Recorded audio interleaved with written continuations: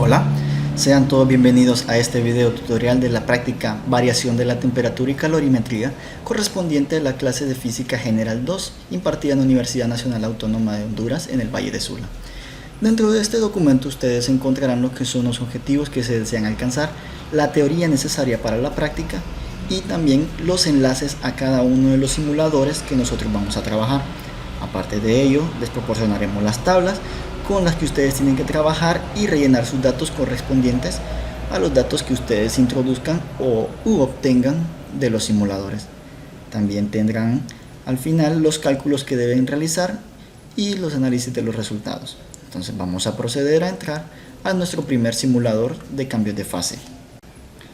Junto con el documento a ustedes se les proporcionó un software que consiste en un cronómetro digital. Este cronómetro nos ayudará a nosotros a obtener cada una de las mediciones de tiempo para las temperaturas correspondientes en la tabla. Para utilizar el cronómetro debemos hacer clic en Start y vemos que empieza a correr el tiempo.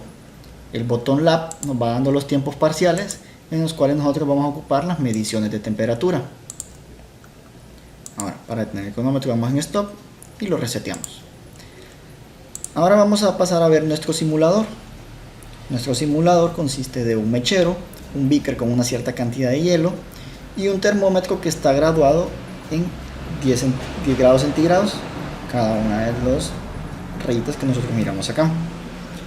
Procederemos a encender nuestro simulador haciendo clic en este botón.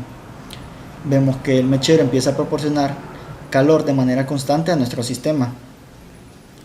Empieza a elevar su temperatura, pero no ocurre un cambio de fase todavía, hasta que vemos que llega a 0 grados centígrados. Ocurre el cambio de fase de sólido a líquido. Vemos cada una de las partículas se empieza a desprender y se ponen de manera más libre, que consiste en un fluido. Ahora, cuando todo el hielo se ha derretido, vemos que el agua comienza a elevar su temperatura de manera constante. Se empieza a agitar, empieza a ganar energía cinética y también ciertas partículas se liberan como vapor de agua, que puede ser apreciado en nuestro simulador. Cuando el agua alcanza la temperatura de ebullición, vemos que empiezan a agitarse mucho más y más las partículas, empiezan a liberar más. Entonces ya estamos en nuestro cambio de fase, que es la vaporización. Cada una de las partículas se libera, vemos que la temperatura se mantiene constante siempre hasta que todo el agua se ha convertido en vapor. Nuestro vapor va a seguir ganando temperatura. Podemos apreciar aquí que aumenta la temperatura y con el aumento de la temperatura el gas va ganando energía cinética. Cada una de las partículas va ganando velocidad. Ahora procederemos a hacer la toma de los tiempos para cada una de las temperaturas. Encenderemos nuestro mechero y abriremos nuestro cronómetro. Tenemos que esperar a que nuestro hielo se convierta totalmente en agua a 0 grados. Por lo que en ese momento, cuando esté a 0 grados, es el tiempo inicial. Entonces, vemos que todas las partículas ya se está empezando a fundir, a la fusión. Esperamos todavía que ocurra el cambio de fase y justo cuando comience a aumentar la temperatura hacemos clic ya.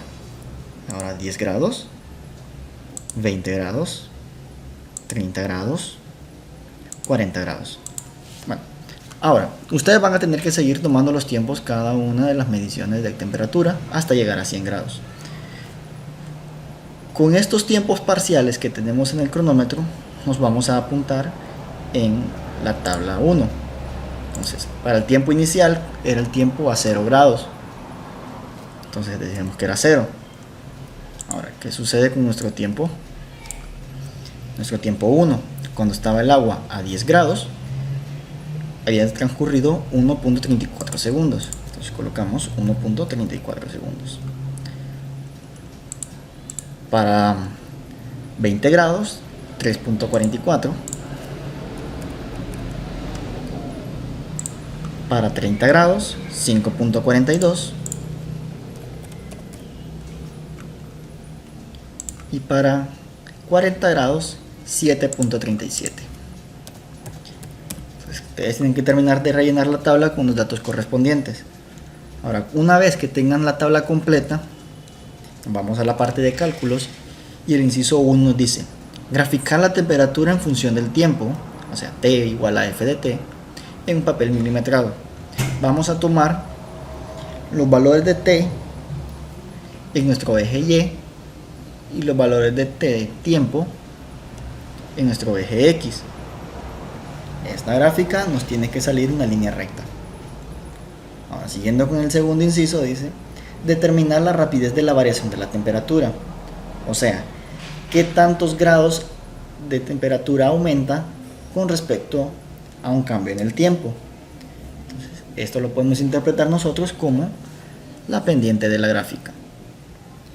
En el inciso 3 dice, usando la ecuación de calor igual a la masa por el calor específico por el cambio en la temperatura y la ecuación para la velocidad de transferencia por convección, H igual al calor entre el tiempo, encuentre una ecuación que describa la gráfica anterior y analice el significado de la pendiente y el intercepto. En otras palabras, tenemos que despejar para calor en esta ecuación e igualarla a la otra y dar una ecuación de la temperatura en función del tiempo. Ahora vamos a proceder a hacer los cálculos con nuestro segundo simulador. El segundo enlace nos lleva a un simulador de calorimetría, el cual consiste en un calorímetro de un material desconocido y masa despreciable y un termómetro digital que nos va a dar la temperatura dentro del calorímetro. En este simulador nosotros podemos escoger la sustancia con la cual vamos a trabajar. Para este ejemplo vamos a seleccionar la sustancia A. En caso de ustedes, para la práctica de laboratorio tienen que seleccionar la sustancia C y la sustancia F. Ahora, vamos a continuar con la sustancia A y nosotros vamos a seleccionar aleatoriamente los valores que queramos tener de masa y de temperatura para el bloque A. Entonces vamos a decir la masa tiene de masa el bloque A son 100 gramos, ¿sí? Damos 100 gramos y una temperatura inicial de 170 grados centígrados. Ahora, para las condiciones del agua, vamos a poner que 50 gramos de agua, vemos cómo aumentó el nivel dentro del calorímetro y la temperatura la vamos a mantener a 20 grados, temperatura ambiente prácticamente. Vemos en este recuadro del simulador que nos dice el calor específico del agua líquida es de 4180 joules sobre kilogramos por grados Kelvin. Este valor está en grados Kelvin, mientras que los valores de temperatura del simulador están en grados centígrados, por lo cual al hacer los cálculos tienen que hacer la conversión a grados Kelvin. Entonces, ya cuando tengamos todos nuestros datos listos, le vamos a dar comenzar. El calorímetro se cierra y nos aparece una gráfica de la temperatura del agua en grados centígrados con respecto al tiempo. También vemos que el termómetro empieza a marcar los cambios de temperatura que están dando dentro del calorímetro.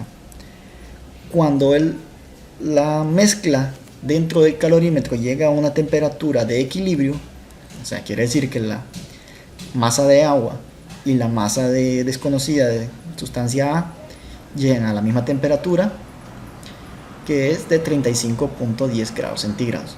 Ahora, estos datos son los que vamos a colocar en nuestra tabla 2 y tabla 3 respectivamente.